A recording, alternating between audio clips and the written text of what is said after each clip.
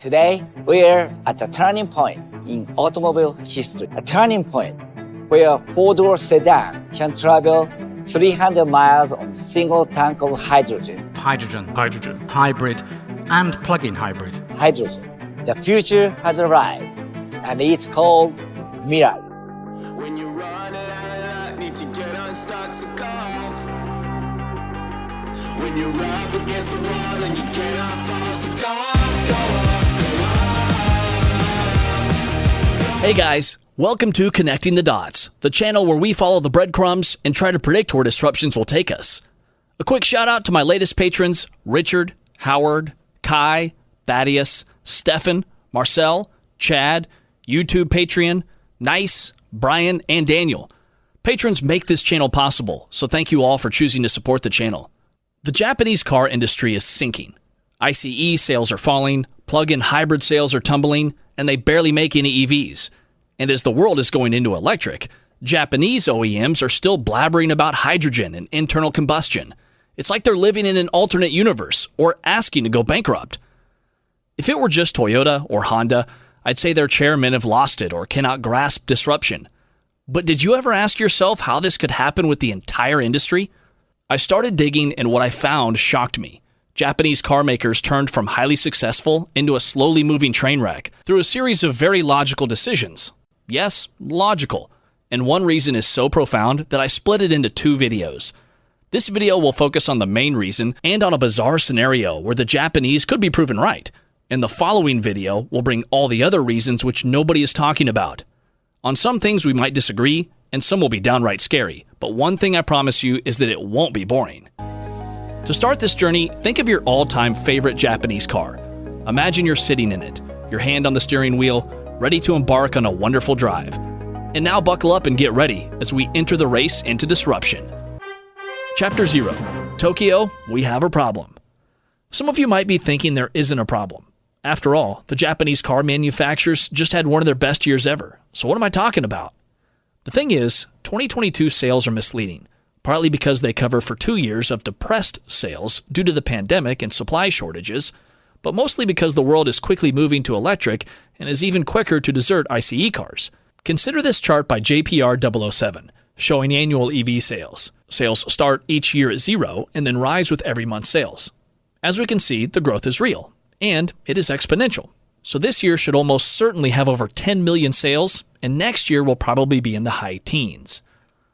Looking at this other graph JPR007 made, we can see that besides EV growth, ICE and PHEV sales are plummeting. This means that unless Japanese OEMs start making battery EVs fast, their sales will suffer. But wait, they already have. In the first quarter of 2023, Japanese car sales in China crashed by 32%, more than double the rate of the overall market contraction. And it's not just China, it's worldwide. Sales are tumbling. For the second year in a row, Toyota lost its sales crown in the US to General Motors. And to add insult to injury, they aren't even winning in PHEVs. As this graph by SBD Automotive shows, in the 3 years between 2019 and 2022, Japanese PHEV market share fell by 2/3 from 22% to 6%. And with Leaf sales dwindling and nothing to take its place, Japanese BEV market share fell from 5% to 2%.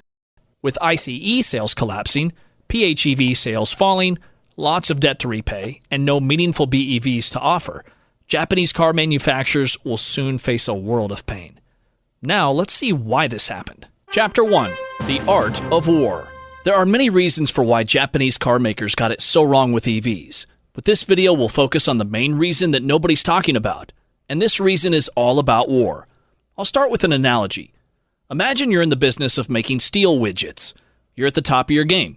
Fortune is smiling on you, and your business is doing really well. If someone suggests that you start making titanium widgets instead, you analyze the market, and if it makes economic sense, you'll probably start a production line. And if things go real well, there's even a chance you'll stop doing steel and move your entire production to titanium. So far, so good. Now imagine that the supply of titanium is dominated by your next-door neighbor. You think he's a bully, and he always picks fights with you over where the fence between your gardens should pass. Would you still move your production to titanium? I know I wouldn't. Wars are best won without firing a single bullet, and as Sun Tzu said, A great way to do this is to cooperate with your opponents and get them to depend on you. The more titanium I use, the more dependent I am on buying it from my neighbor, which gives him power to ultimately demand things from me, or else he'll destroy my business. The Japanese car industry has a thriving business selling internal combustion engine cars and hybrids.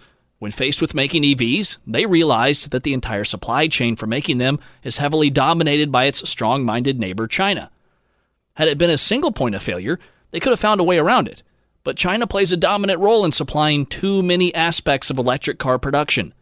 As this table shows, China is the primary supplier of several battery materials and rare earth elements required for making permanent magnets and semiconductors.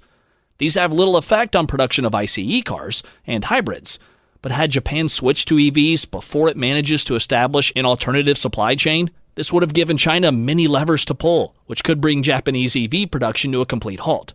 To say this bluntly, China would have had Japan by the balls. Chapter 2. Fool Me Once. My initial thoughts were that Japan's decision to avoid EVs was a bit paranoid, only it wasn't. It was an extremely logical and realistic decision based on painful lessons burnt deep into Japan's industrial flesh. In 2010, the Japanese government had a rude wake-up call when Beijing had abruptly cut off all rare earth exports to Japan over a fishing trawler dispute. Tokyo was almost entirely dependent on China for the critical metals, and the embargo exposed this acute vulnerability.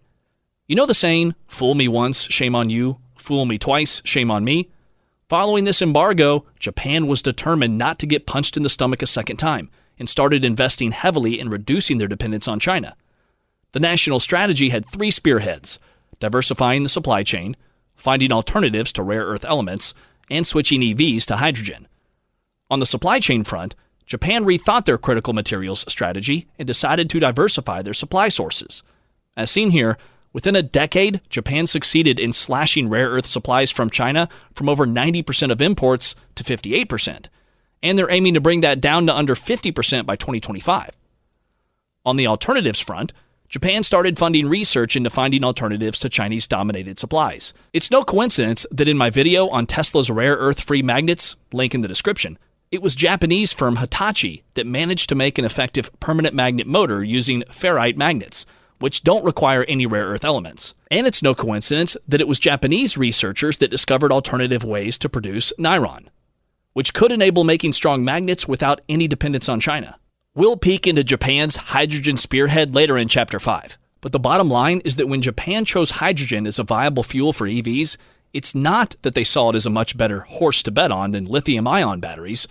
Mostly Japan couldn't afford to put their bets on the winning horse of battery EVs, as they knew too well that until an independent supply chain is achieved, winning with battery EVs could become a Pyrrhic victory, as it would give China extreme leverage to put pressure on Japan. Chapter 3. Taking on the world. The scary thing is that this isn't merely Japan's problem. In fact, China's embargo on exporting rare earth elements to Japan was just the first of several examples which show they have no problem whatsoever with leveraging their supply chain dominance to achieve political and commercial gains. For example, when in 2020, Australia's Prime Minister ordered an inquiry into the origins of the pandemic, China blocked major Australian imports such as coal, timber, and wine. Parts of the embargo have since then been lifted, but clearly, these guys are serious. And this is where things get downright scary, because there's a chance that Japan was right. China controls 90% of the global supply chain for gallium and 80% of the global supply chain for germanium, which are both used for microchip production. A few days from now, on August 1st, China will initiate export controls on both elements. Chinese officials say that these restrictions would, and I quote, cause panic in certain countries, but also exert heavy pain in them. And also that they are just the beginning, and China's toolbox has many more types of measures available. If these seem like threats, they are, and effective ones at that. As Jean-Dominique Synod, chairman of French carmaker Renault, said, a Chinese storm is looming over Europe's growing EV sector. And he didn't just talk about the strong pressure from Chinese EV imports into Europe, but mostly that we are capable of making electric vehicles, but we are fighting to ensure the safety of our supplies. Synod urged legislators to start building a local supply chain to reduce the dependency on China, and added that it would take many years and billions of euros to build. Until then, however, with the European EV supply chain completely dependent on China, in case of a real geopolitical crisis, China has the means of completely halting European EV and battery production. Before going on, Bear in mind that although Renault does have a hydrogen fuel cell program with a focus on commercial vans, they are committed to transitioning to BEVs, and they plan to reach 25% battery EVs sales just 2 years from now. This makes the following sentences a bit harrowing. Listen closely. The development of alternative fuels, such as synthetic e-fuels and hydrogen, would be crucial in the event of a sudden shortage of batteries due to a dearth of raw materials. As any careful manufacturer would do, we're looking for alternatives to avoid paralyzing the country if, for example, we run out of batteries. This shit is scary, and it's not just a European problem, but also an American one.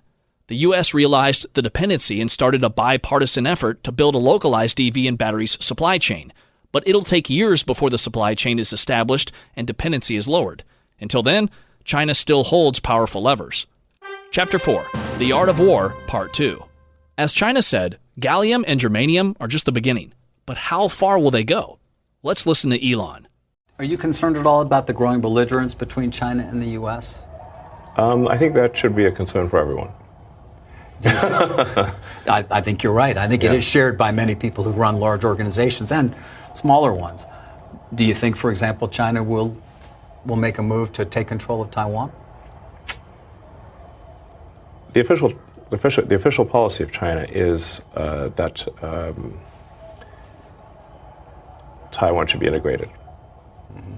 One does not need to read between the lines. One can simply read the lines. Do you think that... So I think there's some inevitability to this situation. That would not be good for Tesla, conceivably, or for any company in the world, frankly. Yes, for any company in the world. I think almost no one realizes that the Chinese economy and the rest of the global economy are like conjoined twins. It would be like trying to separate conjoined twins. That's the severity of the situation, and it's actually worse for a lot of other companies than it is for Tesla. I mean, I'm not sure where you're going to get an iPhone, for example. Apple's recently started doing some sort of small amount of production in India, but it's tiny compared to... It's tiny, not to mention an advanced semiconductor chip if they take over Taiwan Semi. Correct. So you design your own chips, but you manufacture them at Taiwan Semi too, right? We use Samsung and TSMC. Right. But you seem to think it's likely to happen. I'm simply saying that is their policy, and I think you should take their word seriously. They mean it. Elon said he expects this to happen around 2027, and Tesla is taking extreme measures to hedge itself against this scenario. They're exporting from China, but have factories elsewhere. They're diversifying their supply chain and heavily pushing towards localization. They have their chips made by Samsung, not just TSMC, and they have even started making their own batteries and refining their own lithium. Both Japan and Tesla are gearing up towards China catastrophically flexing its muscles. But will that happen? There's a huge chance it will, and this brings us back to the art of war. In Chapter 1, we saw how a great way to defeat your opponent is to cooperate with them and make them dependent on you. Now let's add to that another rule, which is that wars should be started when you have the upper hand. With that in mind, I have two questions for you. As this graph shows, the West is building its own independent supply chains, which lower its dependency on China. So my first question is, assuming China wants to annex Taiwan, and they clearly say they do, when is the best time for them to do it? When the West still depends on them, or when it successfully builds its own supply chains? And as this graph shows, EV production in the West is exponentially growing, while ICE sales are falling fast. So my second question is, when is the best time for China to strike?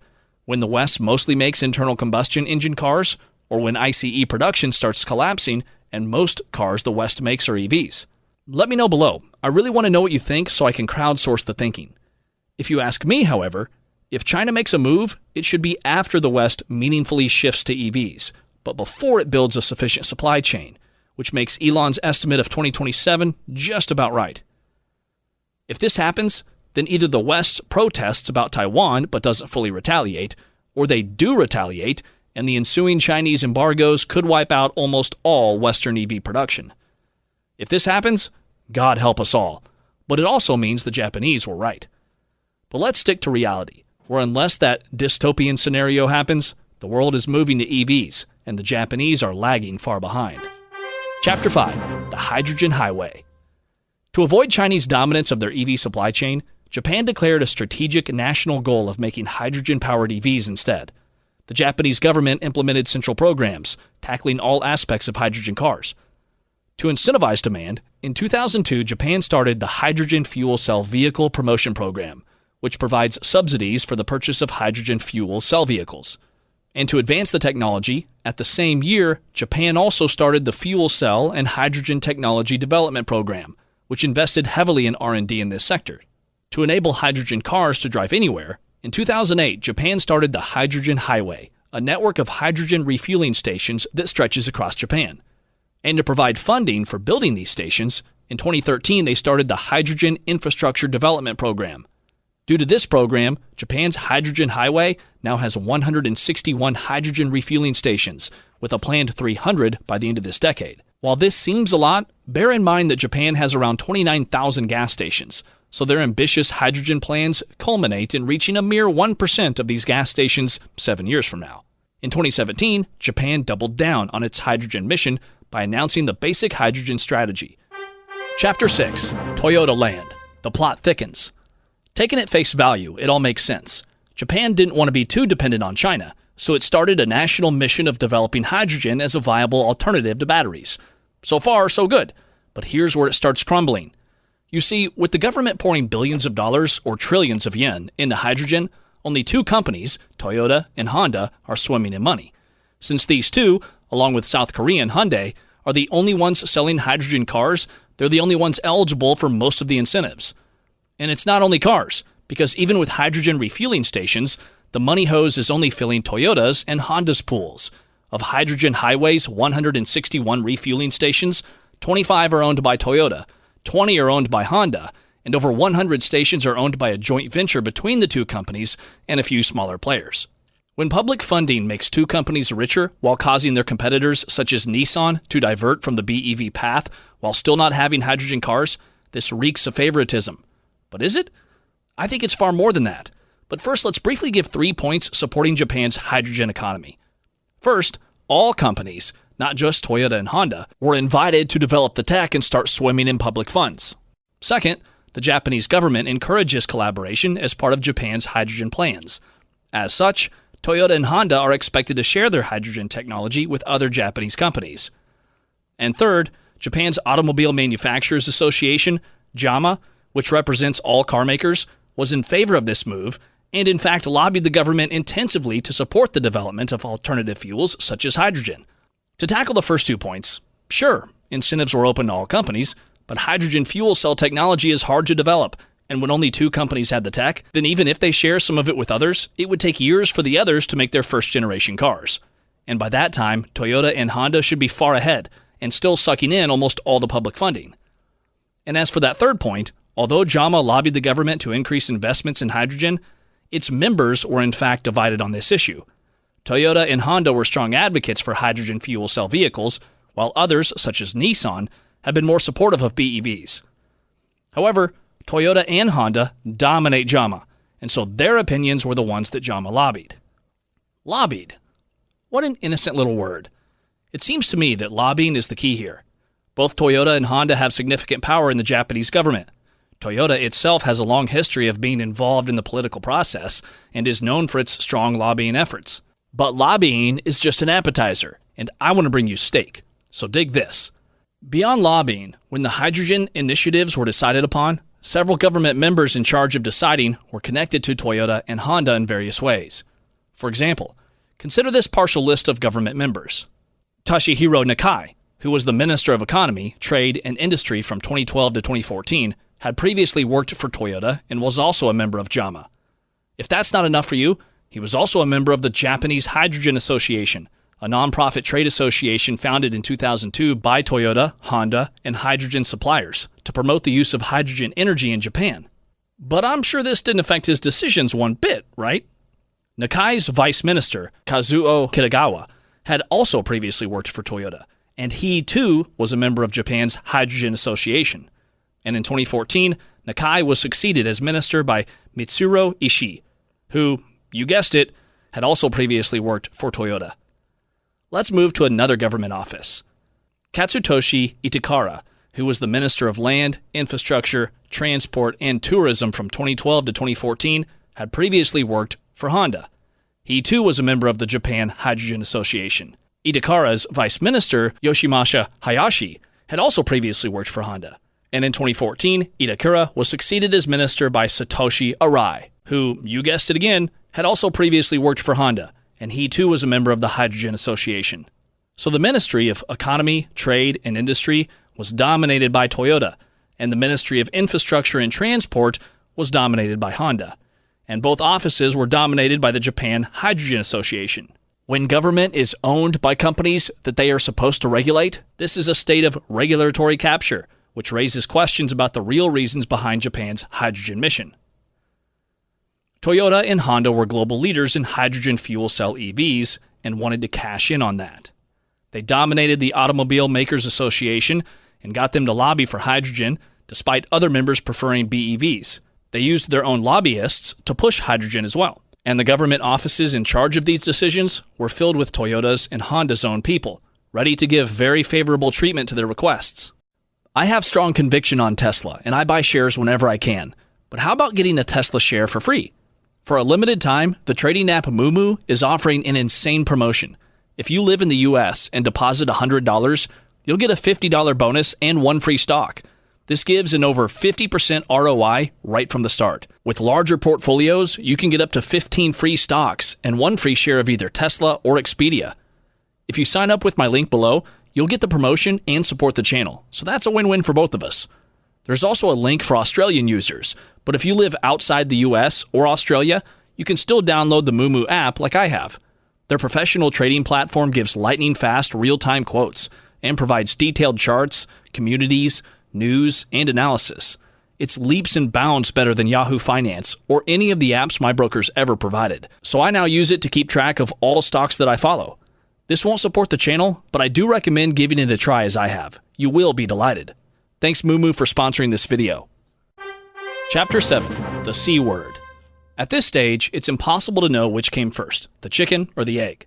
It's very clear that switching to BEVs would have increased Japan's dependency on China, and that had hydrogen succeeded, this would have reduced this dependency. But it's also clear that decision-making involved regulatory capture, where the interests that won just happened to be those of the favored companies. I cannot definitively say that Toyota and Honda were the main reason for Japan going on this wild goose chase called hydrogen, but at the very minimum, they played a significant role in shaping the government's thinking on hydrogen and the benefits it would bring. If you ask me, Toyota and Honda knew they had a duopoly on hydrogen EVs, and they pushed the government to favor it by waiving national security as the ultimate trump card. This changed government policies and pushed Japan deep into Hydrogen Creek without a paddle. It just about killed Nissan's small lead in BEVs and prevented other companies from going that way. With BEVs winning globally, this throttling of BEVs will soon destroy most of Japan's car industry. In a way, it wasn't Nissan's management who decided to let the leaf wither and die, and it weren't Mazda's and Subaru's CEOs that decided not to make EVs. These managers preferred BEVs over hydrogen, and in fact somewhat pushed for them. But this didn't fit national policies drafted by Toyota and Honda, so they were killed. I started this journey believing it were short-sighted, fossilized managers that turned Japan's glorious car industry into an imminent train wreck. But that was just a small part of it. In the next video, I'll bring many other reasons that nobody's talking about, which made Japan a laggard in BEVs, so make sure to subscribe and hit the notification bell. But as a background for all the reasons I'll show, there is a sad state, where two private companies gained huge political power and used it to leverage their duopoly on hydrogen EV technology to milk trillions of yen from taxpayers and to kill other competing technologies. Going forward, it'll also kill their competitors, but since greed is a deadly sin, it'll possibly also kill them. Scratch that. They're too big to fail and have friends in government, so they'll be saved, but Japan will pay the toll. To wrap this up and explain the thumbnail, the thing that killed the Japanese car industry's future starts with a C. I came to this video thinking it was being over-conservative and not realizing that battery EVs are the future. As I dug deeper, I thought it was fear of being dependent on China. But now, I think it was legal corruption. Had Toyota and Honda agreed to another C word, competition, or had the government done the one job it has in capitalism, which is to prevent monopolies and enhance competition, things would have been different. But unfortunately, this isn't what happened. It's a shame, really, that the best Japanese cars will be those in our memories, not those in our future. And this brings us back to where we started.